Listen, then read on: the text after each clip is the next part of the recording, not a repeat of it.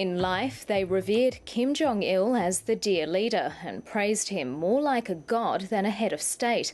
Now, at his funeral in Pyongyang, North Koreans have been expressing their grief with the same fervour.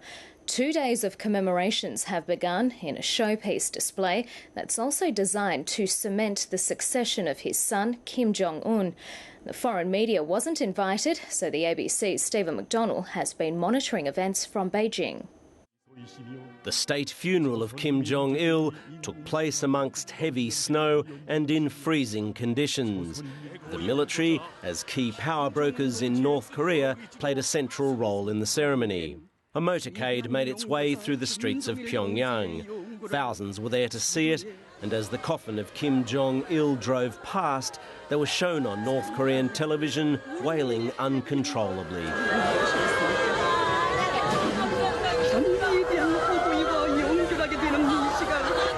Even the local television commentators were heard, barely able to control their emotions.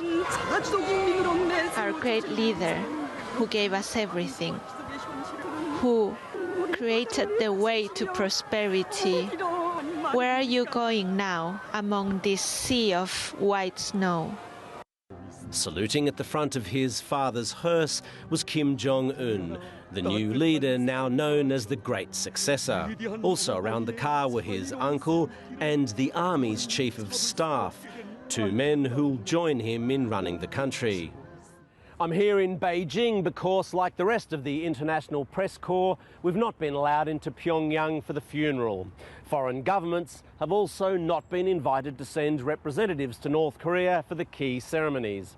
But people will be watching proceedings closely to see if North Korea might start to open up under this family's third generation of leadership.